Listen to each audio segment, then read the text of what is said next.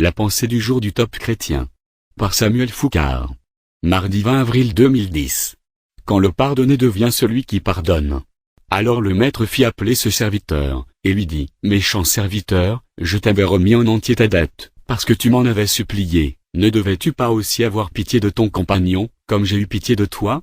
Matthieu 18, 32, 33. Tôt ou tard, vous qui avez expérimenté le pardon de Dieu évoqué dans ce texte de manière imagée, par cette dette entièrement remise, vous allez être appelé à pardonner à votre tour.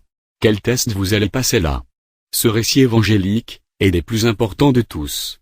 Pardonner celui qui vous a offensé, même gravement, n'équivaudra jamais au pardon que Dieu vous a accordé.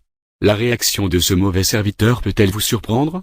C'est un constat que j'ai fait assez souvent dans le cadre de mon ministère pastoral. Lorsque nous sommes dans le domaine de la théorie, tout va bien, nous approuvons, nous acquiesçons et nous sommes même prêts à faire la morale aux autres.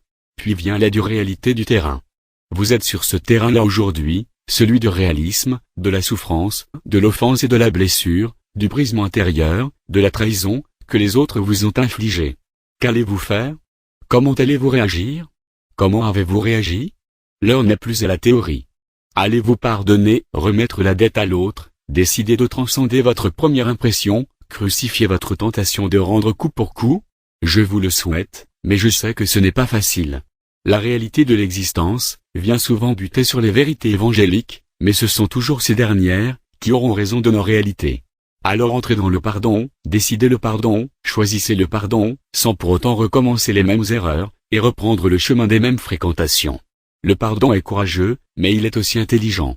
Une décision pour aujourd'hui. Seigneur Jésus, j'ai compris l'importance, pour moi, de décider le pardon. Je veux le faire avec ton aide, et ton soutien pour vivre l'évangile dans ma vie et dans mes journées. Amen. Samuel Foucard.